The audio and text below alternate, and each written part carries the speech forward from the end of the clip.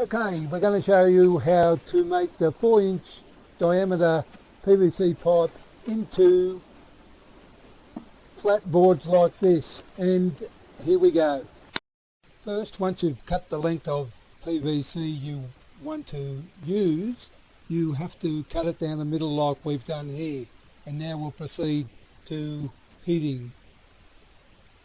As you can see, we've got a heat chamber which uses a heat gun in it, and we've put the PVC in like this, and you can also see that I'm wearing cotton gloves so not to burn my hand on the PVC because it generally burns quite a bit.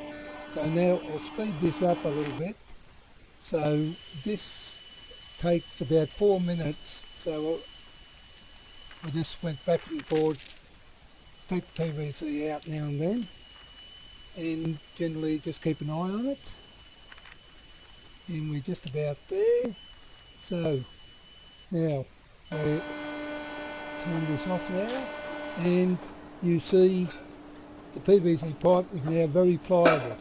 You can lay it down on the board like a blanket, and you get a heavier board, and you stand on there for about 40 seconds. We actually went off and for about another 10 minutes to let it cool off.